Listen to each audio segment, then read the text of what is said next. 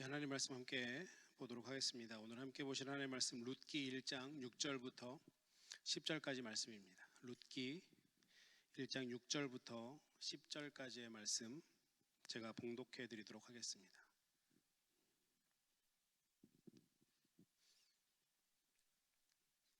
그 여인이 모압 지방에서 여호와께서 자기 백성을 돌보시사 그들에게 양식을 주셨다 함을 듣고 이에 두 며느리와 함께 일어나 모압 지방에서 돌아오려 하려 있던 곳에서 나오고 두 며느리도 그와 함께 하여 유다 땅으로 돌아오려고 길을 가다가 나오미가 두 며느리에게 이르되 너희는 각기 너희 어머니 집으로 돌아가라. 너희가 죽은 자들과 나를 선대한 것 같이 여호와께서 너희를 선대하시기를 원하며 여호와께서 너희에게 허락하사 각기 남편의 집에서 위로를 받게 하기를 원하노라 하고 그들에게 입맞춤에 그들이 소리를 높여 울며 나오미에게 이르되 아니니이다 우리는 어머니와 함께 어머니의 백성에게로 돌아가겠나이다 하는지라. 아멘. 잠깐 기도하겠습니다. 하나님, 오늘도 귀한 하나님 말씀 앞에 다시 서게 하시니 감사합니다. 오늘 이 말씀을 주시는 분은 하나님이신 줄 믿습니다. 이 시간 온전히 하나님께서 주장하여 주셔서 우리 마음 가운데 우리 각자에게 주시는 레마의 말씀으로 레마의 음성으로 하나님 들려지는 시간 되게 도와주시고 이 말씀 붙잡고 우리가 힘 얻어서 세상 속에 나가 승리하며 살아가는 주님의 귀한 권속들 될 수 있도록 주님 인도하여 주시옵소서. 모든 것 감사드리며 살아계신 예수님 이름으로 간절히 기도드렸습니다. 아멘. 제가 지난주도 그렇고 이번 주도 그렇고 점심을 얼마나 맛있게 주시는지 이 주시는 점심보다 제 설교가 더 맛있어야 된다는 부담감이 계속해서 있는데 하나님께서 하실 줄 믿습니다. 아무튼 점심 식사 너무 맛있어서 늘 감동받고 있습니다. 제가 한국에서 나온 신학교가 총신대학교라는 신학교인데요. 총신대학교를 들어가려면 여기서 보는 SAT 같은 한국으로 보는 저는 이제 수능을 봤던 세대라서 수학 능력 시험을 보고 그와 더불어 성경고사를 봐야 신학교를 들어갈 수 있습니다. 그 성경고사가 굉장히 부담이 많이 되죠. 처음에는 부담이 많이 돼서 공부도 하고 들어갔는데 어떻게 저는 또 감사하게 가까스로 총신대를 들어가게 됐는데 그 첫 학기에 그 교수님이 수업 시간에 해줬던 재미있는 얘기가 잊혀지지 않는 얘기가 있습니다. 그러니까 많은 사람들이 와서 시험을 성경고사를 보고 가잖아요. 근데 뭐 모든 사람 총신대에 오는 그 신학교라고 해서 모든 사람들이 막 엄청 믿음이 뜨겁고 좋아서 오는 게 아니라 그래도 서울에 있다는 이유로 뭐 지방대 갔느니 여기나 가보자 해서 오는 사람들도 덜어 있습니다. 그러다 보니 성경이나 이런 것들이 전혀 준비가 안 돼 있는 친구들이 있는데 재미있는 오답 몇 개를 얘기해 줬던 게 참 오랫동안 기억에 남는데 뭐 그런 것들이 있어요. 어려운 문제도 있지만 쉬운 문제, 그냥 점수를 주려고 내주는 문제죠. 예수님의 12제자 이름을 쓰세요 하면 뭐 베안야요 빌바 도마야다 시가 이렇게 해서 12명 딱 쓰면 되는데 뭐 모르는 분들은 어쩔 수 없잖아요. 그래서 아브라함, 모세, 다윗 해서 12명, 내 성경 안에서 아는 12명의 이름을 다 썼던 사람도 있다고 그러고, 제가 들어가던 해 나왔던 문제 중에 하나가 오늘 이 본문과 관련이 있는 문제였습니다. 나오미의 둘째 며느리의 이름은 누구입니까? 이 문제가 있었어요. 그러면 오늘 룻이라는 답을 쓰면 되는데 뭐 모르시는 분은, 근데 그 중에 재미있는 재치 있는 답변이 내가 나오미도 모르는데 그분의 며느리까지 어떻게 알겠습니까? 이렇게 적어놨던 친구가 있다 그래요. 물론 그분이 저희 학교를 합격했는지 안 했는지는 모르겠습니다. 상당히 재치 있었다 이런 생각을 했는데요. 우리 1부 예배 때도 그렇고 2부 예배 때도 이어지는 나오미와 룻의 모습을 통해서 하나님이 우리에게 무엇을 원하시는가, 특별히 오늘은 하나님이 원하시는 회복을 우리가 어떻게 시작하고 어떻게 경험할 수 있는가, 오늘 함께 말씀을 나누고 또 그 말씀을 우리 삶 가운데 좀 살아내려고 애써봤으면 좋겠습니다. 제가 말씀드렸던 것처럼 이 룻기는 굉장히 짧습니다. 총 4장으로밖에 안 돼 있는데 저는 정말 이 룻기에 있는 말씀들이 굉장히 보화 같다라는 생각이 개인적으로 많이 합니다. 너무 아름다운 이야기가 들어있고 하나님의 일하심, 하나님의 은혜, 하나님의 어떤 반전의 은혜, 이런 것들이 너무 보여지는 책이고 비극으로 시작하지만 희망으로 끝나는 이야기라서 저에게는 큰 은혜와 도전이 되는 책인 것 같습니다. 사실 이 룻기에는 하나님이란 단어를 보기가 쉽지 않지만 이 룻기의 가장 큰 주제는 하나님의 사랑입니다. 우리를 향한 하나님의 사랑. 앞에서 제가 오전에도 말씀드렸지만 이 사사시대 룻기는 사사들이 살던 그 시대에 동일한 시대라고 말씀을 드렸고요. 이 사사 시대에 사람들이 이스라엘 백성들이 살았던 삶의 패턴이 있다고 말씀드렸습니다. 사사가 치리하고 평안한 시절이 계속되다 보면 어느 순간 이스라엘 백성들이 타락하게 되고 그 타락한 백성들을 하나님이 이제 다시 되돌이키기 위해서 이방 민족들로 압제당하게 하고 어려움 당하게 하고 전쟁 당하게 하고 그래서 이 이스라엘 백성들이 다시 하나님 앞에 나아가서 하나님께 회개하면 하나님이 다시 또 다른 사사를 보내주셔서 그 어려움을 이겨내게 하시고 또 이스라엘 가운데 평안을 주시는 그런 패턴이죠. 평안을 누리고 타락하고 어려움 당하고 회개하고 다시 평안을 누리고 계속해서 이런 것들이 반복되는, 그런데 이런 것들이 반복됐을 때 사사기의 맨 마지막은 어떻게 말씀한다고 그랬습니까? 그때 이스라엘의 왕이 없으므로 사람들이 자기 소견에 좋은 대로 행했다. 결국에는 자기 마음대로 살아가려고 했던 그 마음. 사사기를 통해서 우리가 배울 수 있는 것은 무엇이냐면 결국 죄를 선택한 인간에게 나오는 결론은 죽음밖에 없다 라는 것을 우리에게 보여주고 있죠. 그런데 반면에 동일한 시대, 동일하게 그렇게 타락한 시대를 살아갔던 사람 중에 한 명이 룻이란 사람이었는데, 이 룻기 1장에는 죽음으로 끝이 나지 않는, 오히려 생명으로 끝이 나는 것을 우리에게 말씀해 주는, 그래서 생명이 열리는 회복의 원리를 배울 수 있는 책이 바로 이 룻기라서 저는 이 룻기가 참 은혜가 많이 됩니다. 제가 만난 성도님들에게 정말 성도님들 간절한 진정한 회복을 원하십니까? 라고 물어보면 저는 회복 원하지 않습니다. 저는 그냥 이대로가 좋아요 라고 얘기하시는 분들은 한 명도 못 만나봤습니다. 늘 갈망하고 있죠. 언젠가 내가 뜨거웠던 때, 내가 하나님을 그렇게 사랑했던 때, 하나님을 그렇게 정말 기쁨으로 예배했던 때, 그때가 지금이 아니라서 좀 안타깝긴 하지만 늘 그때를 그리워하고 또 그때보다 더 큰 믿음으로 하나님을 사랑하고 하나님 앞에서 회복되기를 대부분 원하고 있습니다. 그런데 우리가 믿는 사람으로 이 회복을 원하는데 왜 우리 삶에 이 회복이 잘 일어나지 않을까요? 그 이유는 바로 회복을 원하는 그 소망만 가지고는 회복이 일어날 수 없기 때문입니다. 그런데 오늘 본문에는 이 나오미와 룻이라는 두 여인의 회복에 관한 이야기가 나오고 있습니다. 이 이야기를 통해서 우리가 나오미가 누렸던, 룻이 누렸던 그 진정한 회복을 누리기 위해서 우리가 무엇을 결단하고 무엇을 실천해 봐야 되는지 오늘 말씀을 나누고 또 우리 삶 속에 잘 적용해 봤으면 좋겠습니다. 우리 앞에 일부 예배 드렸던 말씀을 기억해 보시면 엘리멜렉이라는 사람의 잘못을 말씀해 드렸습니다. 엘리멜렉은 그가 살았던 베들레헴의 흉년이 닥치자 모압 땅으로 도망가 버렸죠. 현실을 회피하는, 현실을 도피하는 잘못을 했고 모압이라는 가지 말아야 될 땅으로 가는, 자기의 궤도를 이탈해 버리는, 가지 말아야 될 길을 가는 그 두 가지의 잘못, 현실을 도피하고 궤도를 이탈한 잘못을 범했는데 결국 그 잘못을 통해서 자녀들과 가문까지 참담한 결말을, 참담한 상황을 맞이하게 되는 그런 비극이 시작되었습니다. 우리가 읽진 않았지만 오늘 룻기 1장 5절 말씀에는 그 비참함을 함축적으로 말씀하고 있는데 말론과 기련, 이 나오미의 두 아들들이 다 죽고 그 여인은 두 아들과 남편의 뒤에 남았더라. 그냥 나오미 혼자 남편도 아들도 다 보내고 그냥 그 여인이 그렇게 남았다라고 기록을 하고 있죠.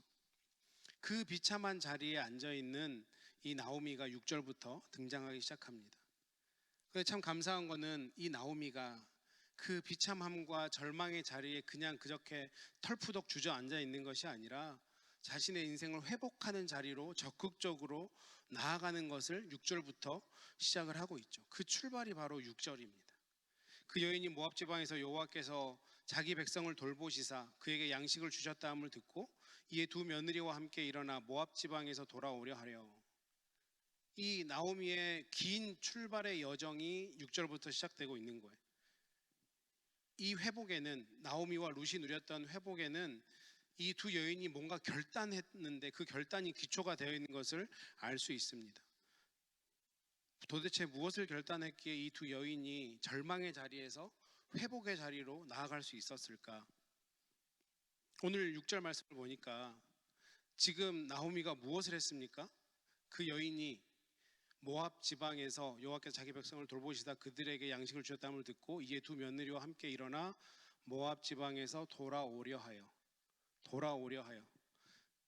자기 고향인 베들레헴으로 다시 돌아가겠다는 결단을 했습니다. 이게 회복의 시작이었다고 할 수 있어요. 그렇다고 하면 이 모압으로 돌아가려고 하는 게 어떤 의미가 있을까? 이 모압으로 돌아간다라고 하는 이 단어 안에, 이 문장 안에 영적인 세 가지 중요한 원리가 있습니다. 첫 번째, 이 자기 고향 베들레헴으로 돌아가겠다고 했던 이 나홈의 결단 속에 첫 번째 있는 원리는 무엇이냐면 영적 민감함이 회복됐다라는 거예요. 오늘 6절 말씀을 다시 한번 보시면 방금 봤었죠. 그 여인이 모압 지방에서 여호와께서 자기 백성을 돌보시사 그들에게 양식을 주셨다함을 듣고, 이렇게 되어 있습니다. 나오미의 결단 과정이 원인과 결과로, 인과 관계로 소개가 되고 있어요. 나오미가 이렇게 결단할 수 있었던 원인이 무엇입니까? 뭔가를 들었죠. 지금 무엇을 들었습니까?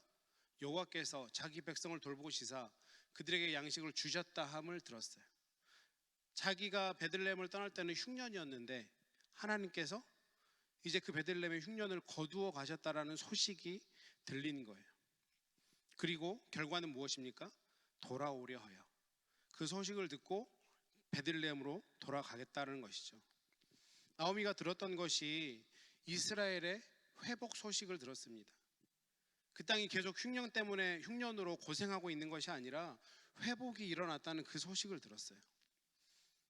그런데 여기가 이 모습이 독특한 점이 있는데, 구약에 보면 대부분의 이런 회복을 경험하게 되면 하나님이 직접 나타나시거나 아니면 하나님이 보낸 천사나 사자가 하나님의 소식을 전해야 되는데, 룻이 그것과 다른 점은 무엇이냐면 룻은 하나님을 만나지도 천사를 만나지도 않았다는 거예요. 어떻게 했습니까? 그냥 소식을 들었어요. 소문을 들었습니다. 이것이 룻이 보이는 차이점인데요. 중요한 점은 룻이 그 들었던 소식을, 베들레헴에 관한, 자기 고향에 관한 소식을 어떻게 해석했느냐가 중요하다는 것이죠. 룻은 어떻게 이 소식을 해석했습니까? 베들레헴의 흉년이 사라진 소식을 여호와께서 자기 백성을 돌보신 사건으로 해석한 거예요.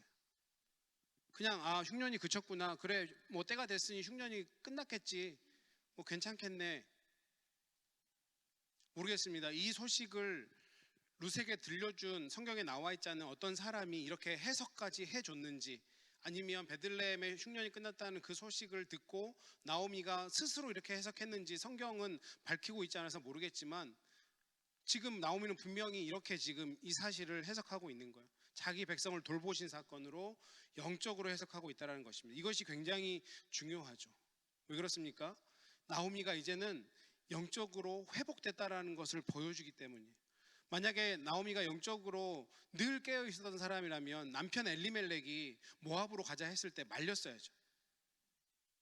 거기는 우리 이스라엘 백성들이 하나님의 백성이 가면 안 될 곳입니다. 거기 가면 안 돼 여보, 그렇게 말렸어야죠. 근데 말리지 않았어요. 그때는 영적 민감함이 없었던 거죠.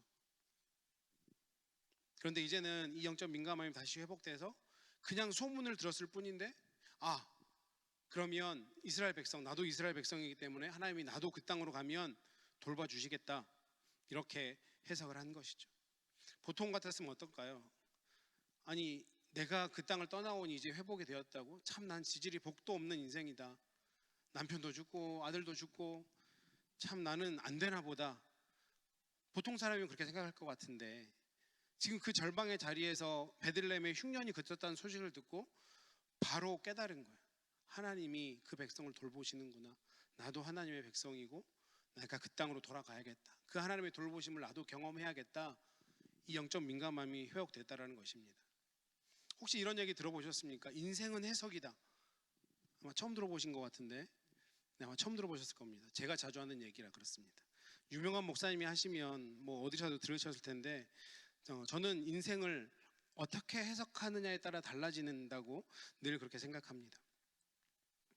무슨 말이냐면 우리 삶 가운데 들려진 말씀이 중요하기도 한데요, 그것보다 더 중요한 것은 그 들려진 말씀을 내가 어떻게 해석하느냐, 이것이 더 중요하다는 것입니다.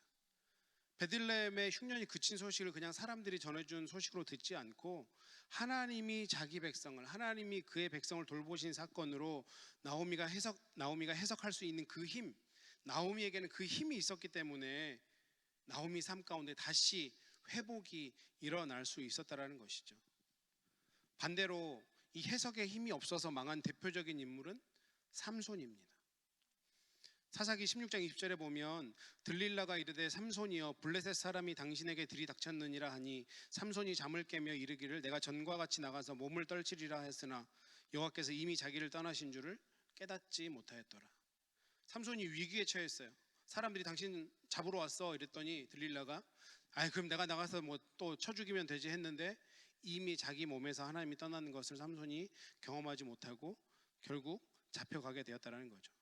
삼손은 이미 하나님이 자기에게 떠났는데 그거를 자각하지 못하고 있었던 것입니다. 영적 둔감함을 단적으로 보여주는 모습이죠.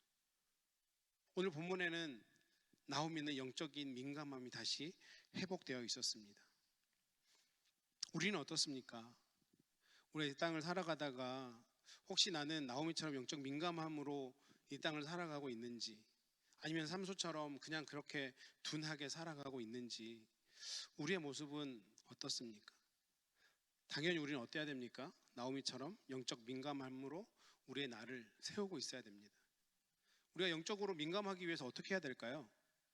영적으로 민감하기 위해서는 필요 없는 일, 민감하지 않아도 되는 일에는 좀 둔감해질 필요도 있습니다. 외모에는 좀 둔감하셔도 좋습니다. 외모에 굉장히 민감하시잖아요, 그렇죠? 또 부동산 소식에도 좀 둔감하셔도 좋습니다. H마트 세일 소식이나 화장품 세일 소식에도 좀 둔감하셔도 좋습니다. 그것보다 민감해야 될 일이 훨씬 더 많기 때문이죠. 저는 그 여성분들의 위대함을 이런 데서 발견했던 것 같아요. 한참 전의 일인데 제가 미국 온 지 몇 년 안 됐을 때 같아요. 아마 정말 명품 화장품들, 뭐 샤넬, 랑콤도 명품이죠. 잘은 모르겠지만 아무튼 그런 비싼 화장품들이 서로 가격을 담합해서 소비자들에게 안 좋은 영향을 끼쳤다고 대법원에서 판결이 나서 딱 하루 그날 백화점을 가면 딜라드나 이런 데 가면 화장품을 공짜로 1인당 하나씩 준다라는 날이 있었습니다. 물론 그것을 위해서 또 따로 만들긴 했더라고요. 그런데 그 소식이 정말 삽시간에 퍼져서 그때 제 아내도 그 소식을 듣고 어딘가를 가서 친구로부터 그 소식을 듣고 어딘가를 봐서 뭔가 하나를 가져왔습니다. 저는 그때 정말 놀랐습니다. 이렇게 빨리 소문이 전파될 수 있구나. 그 당시에는 저희가 이런 휴대폰을 쓸 때도 아니거든요. 예전에 폴더폰 쓸 때거든요. 뭐 텍스트, 카톡 이런 게 있던 시절도 아닙니다. 근데 그 하루 만에 그 화장품이 오후가 되기 전에 동났다는 소식을 듣고 주님이 보시면 좀 마음이 아프겠다. 그 화장품 몇 개보다 훨씬 더 귀한 복음은 여전히 이렇게 전파가 잘 안 되고 있는데 그 화장품 공짜로 준다는, 오늘을 놓치면 그 화장품을 받을 수 없다는 그 소식 한마디에 이 달라스에 있는 온 여인들이 그 모든 백화점으로 달려가서 그 화장품 하나를 갖겠다고 하는 그 모습을 보면서 우리는 그럴 때가 많잖아요. 뭐 정말 싸게 사면 좋죠. 서로 경제적으로 힘들기도 하니까. 근데 어디서 뭔가를 좀 싸게 팔면, 내가 싸게 사면 뭐 엄청 연락하지 않습니까? 지금 가야 된다고, 며칠 안 남았다고. 근데 그런데 우리 안테나를 너무 세우고 있으면 정말 민감해야 될 그것에 우리 안테나가 죽지는 않을까. 우리가 정말 민감해야 되는 부분은 하나님의 뜻과 하나님의 말씀을 파악하는, 오늘 나오미의 모습을 보면서 그 점을 우리가 다시 한번 마음에 새겼으면 좋겠습니다. 나오미가 회복할 수 있었던 첫 번째 원인은 영적 민감함을 회복했다. 나는 어떻게 영적 민감함을 회복할 것인가? 세상의 소리에는 조금 둔하게 반응하고 하나님의 소식, 하나님의 말씀에 더 민감하게 반응하기 위해서 하나님을 만나는 자리에, 하나님이 계신 자리에, 그곳이 이곳 예배당이든 내 집의 삶의 터전이든 내가 그렇게 하나님 앞에 계속해서 안테나를 세우고 하나님의 뜻을 들을 수 있도록 최선을 다해야 되는 그 모습이 저와 여러분에게 있기를 원합니다.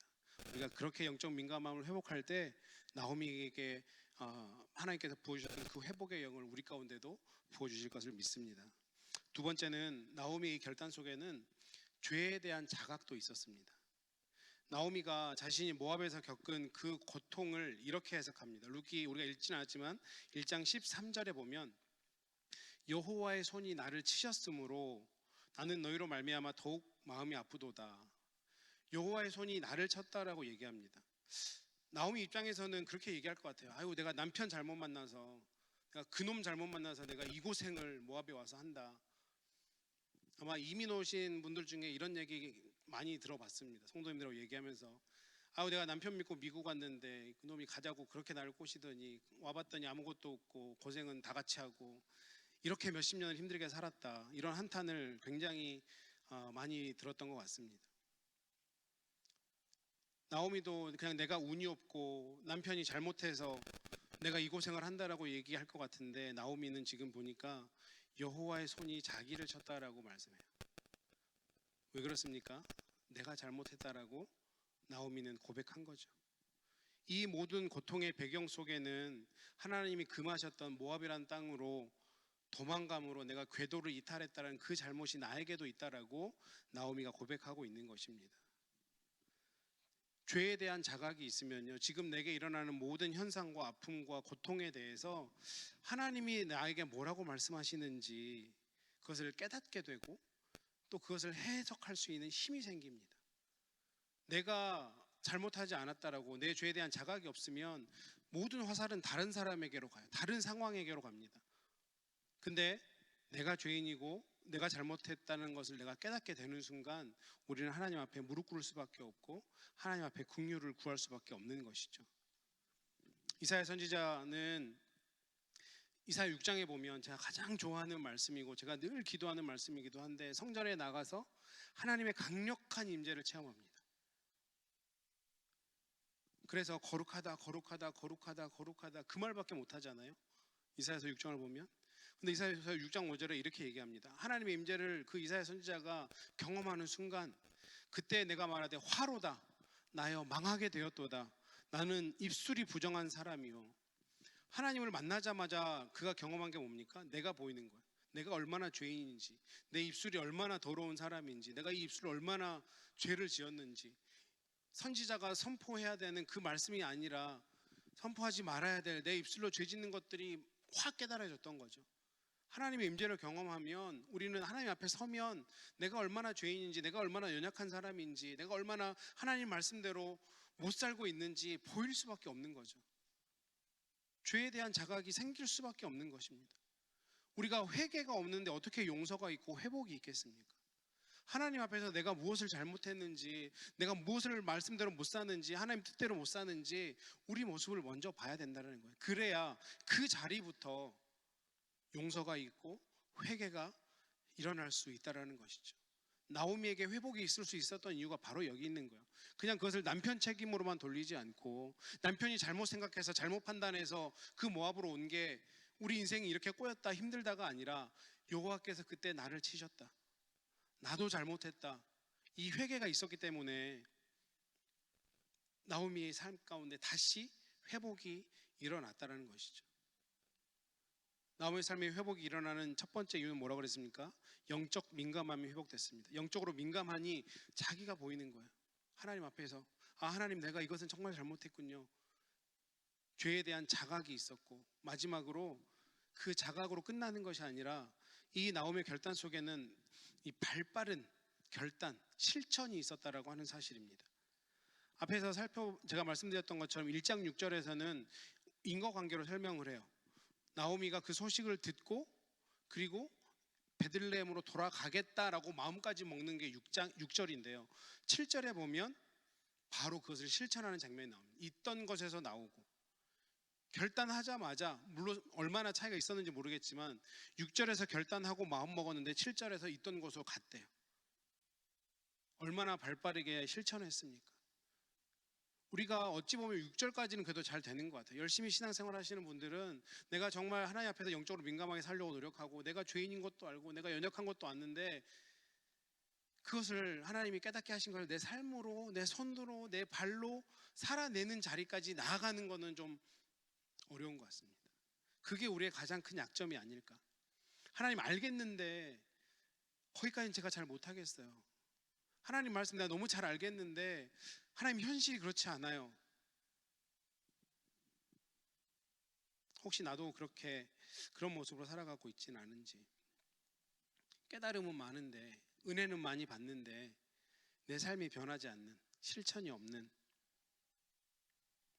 근데 우리가 이것은 반드시 알아야 됩니다. 깨닫는 것만으로는 힘이 없습니다. 내 삶이 변해야 돼요. 거기서부터 힘이 나옵니다. 거기서부터 회복이 나오는 거예요. 우리 안에 잘못 알고 있던 것들, 어긋나고 있던 것들, 잘못 생각한 것들에 대한 영적인 자각이 민감하게 영적인 회복이 있기를 바랍니다. 그리고 하나님 앞에서 내 모습을 온전히 고백하는 죄에 대한 자각도 있기를 바랍니다. 그런데 그와 더불어 반드시 있어야 되는 것은 발빠른 결단이 있어야 되는 거예요. 내 삶 가운데 말씀을 살아내고 주신 말씀을 실천하는 그 모습이 있어야 된다는 것입니다. 그래서 나오미가 실제적으로 회복의 열매를 맛볼 수 있었던 것이죠. 우리 안에도 나오미처럼 이 영적 민감함을 회복하고 죄에 대한 자각이 있고 또 이 자각에 대한 발빠른 결단이 있어서 놀라운 회복이 우리 삶 가운데도 그 회복의 열매들이 맺혀지기를 원합니다.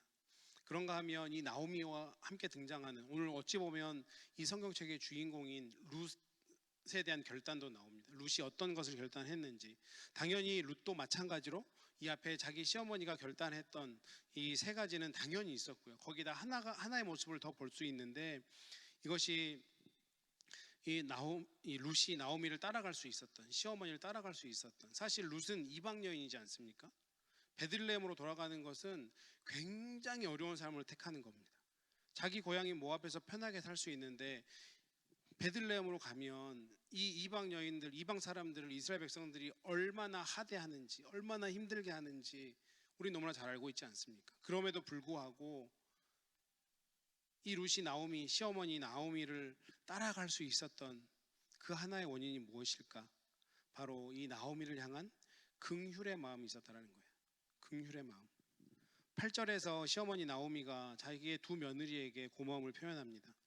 나오미가 두 며느리에게 이르되 너희가 죽은 자들과 나를 선대한 것 같이 여호와께서 너희를 선대하시기를 원하며, 여기 선대라는 단어가 나오잖아요.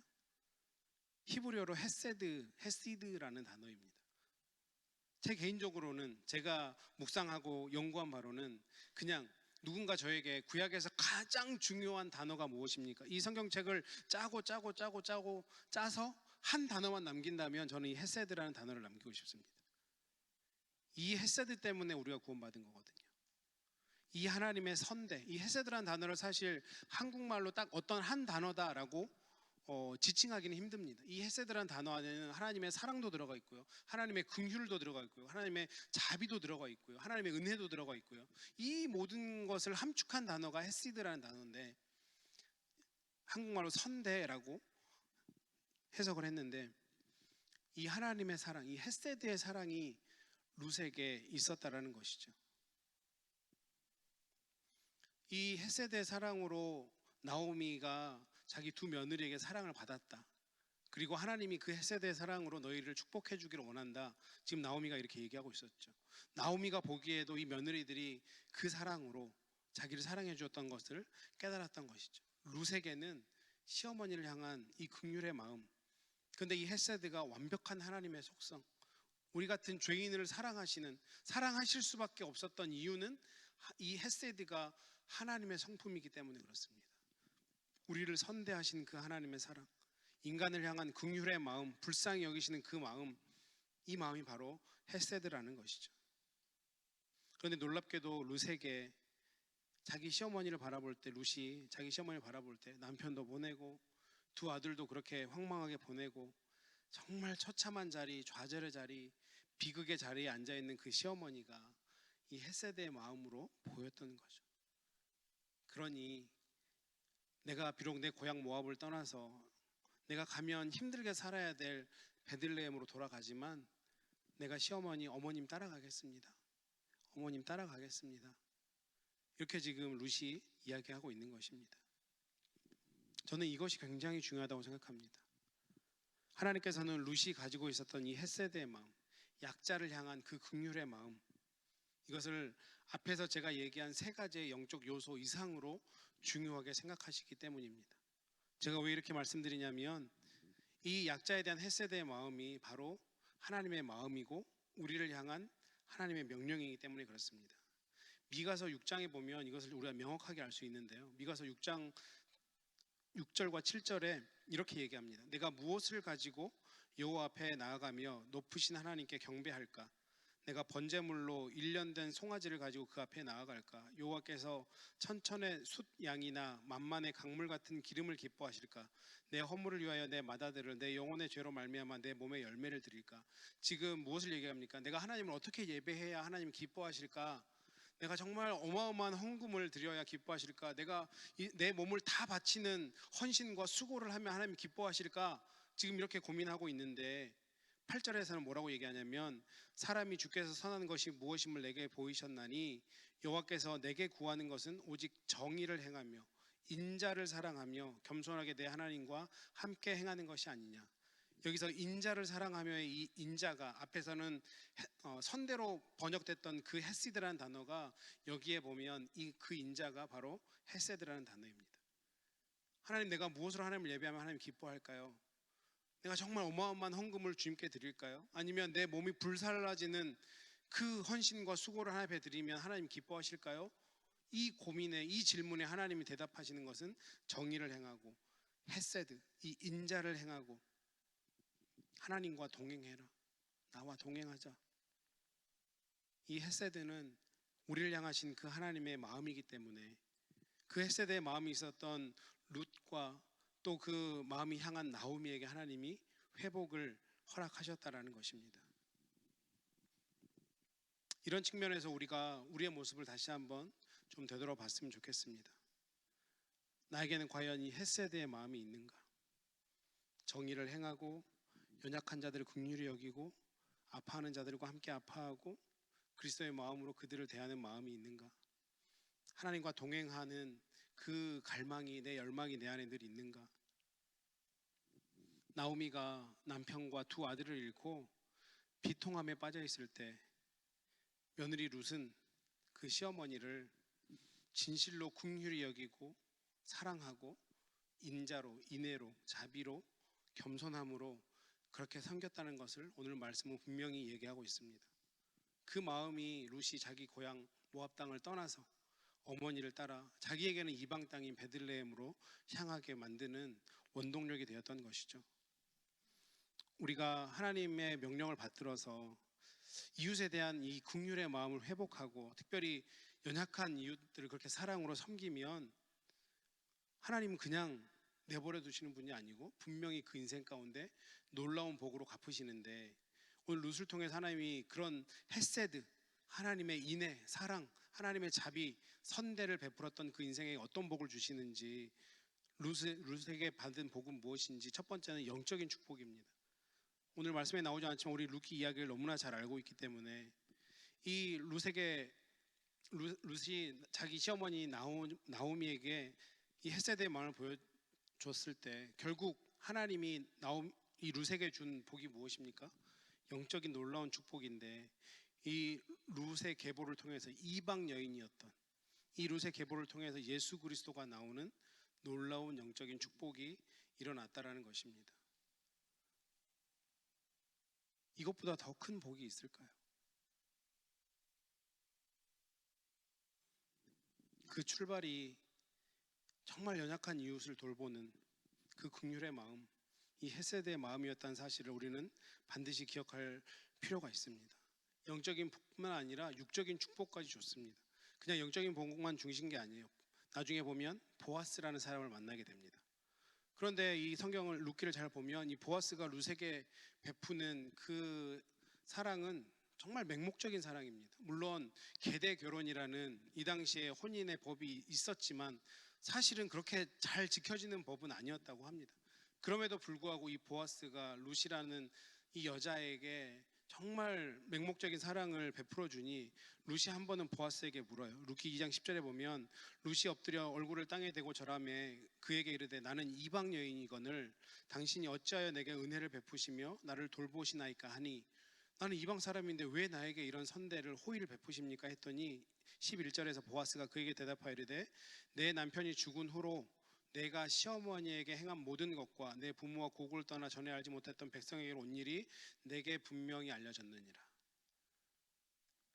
내가 들었어. 네가 너의 시어머니 나오미, 그것도 사실은 이방, 너에게는 이방 여인이었던 그 사람을 섬기려고 이 땅 가운데 와서 고생하고 있는 그 소식, 그 마음을 내가 들었어라고 이야기하고 있는 것이죠.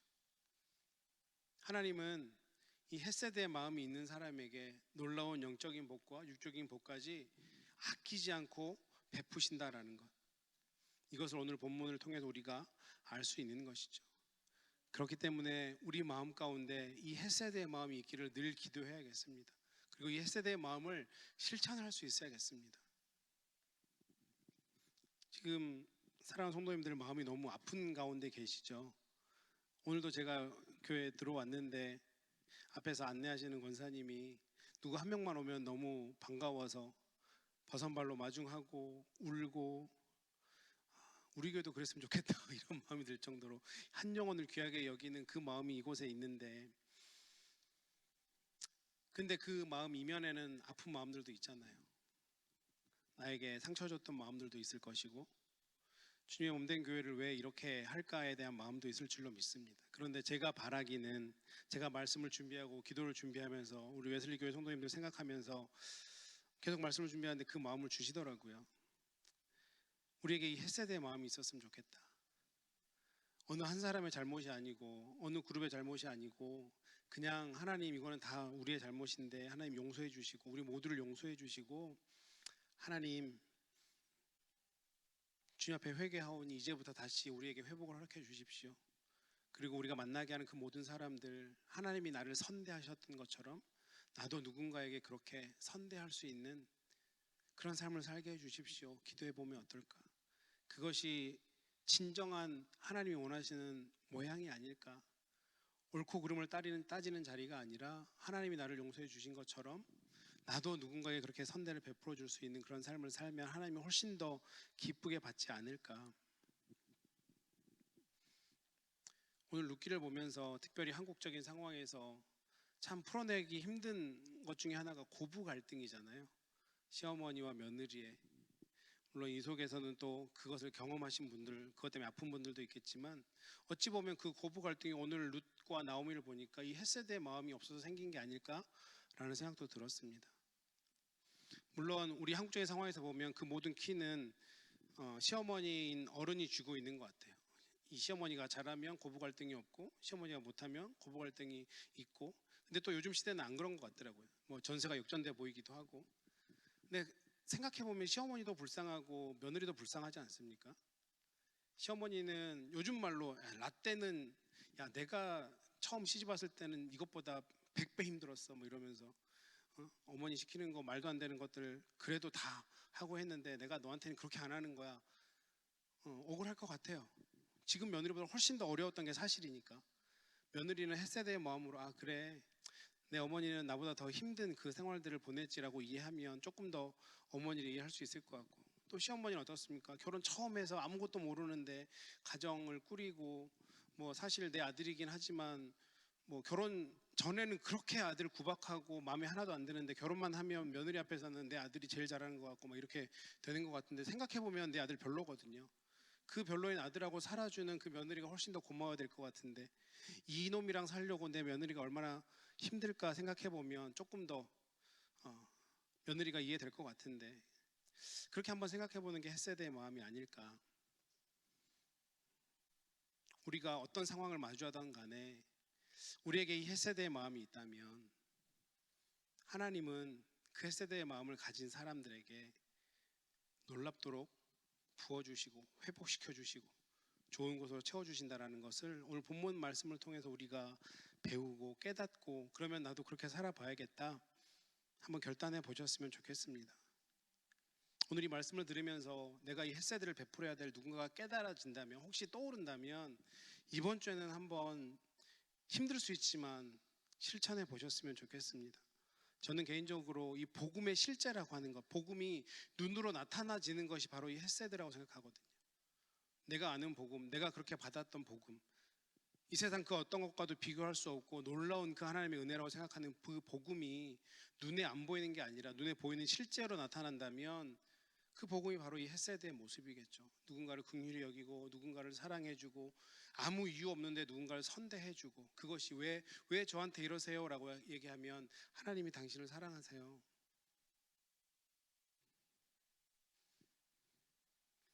우리가 그렇게 살려고 노력할 때 우리의 삶 가운데 하나님은 회복을 부어주실 것이고 더 좋은 것들로 채워가실 것입니다. 사랑하는 성도님 여러분, 회복의 자리에 있기를 원하십니까? 하나님과 멀어졌던 내 삶이 지금 내가 너무나 힘들고 정말 엘리멜렉이 겪었던 그 흉년과 같이 느껴지는 내 삶이 다시 회복되기를 원하신다면 오늘 이 나오미와 룻의 모습을 우리가 본받았으면 좋겠습니다. 영적 민감함을 회복해야 되고요. 죄에 대한 자각이 있어야 되고 그 자각이 있다면 발빠른 결단으로 나아가야 됩니다. 그런데 그 발빠른 결단이 헷세드의 모습으로 내가 받았던 그 아무 조건 없던 그 사랑의 모습으로 누군가에게 향할 수 있다면 하나님은 그 인생 가운데 분명히 축복하실 것이고 큰 은혜를 베풀어 주실 것을 믿습니다. 이번 한 주간 이 말씀 붙잡고 그렇게 한번 살아보기를 애쓰는 저와 여러분 되시기를 주님의 이름으로 축원합니다. 기도하겠습니다.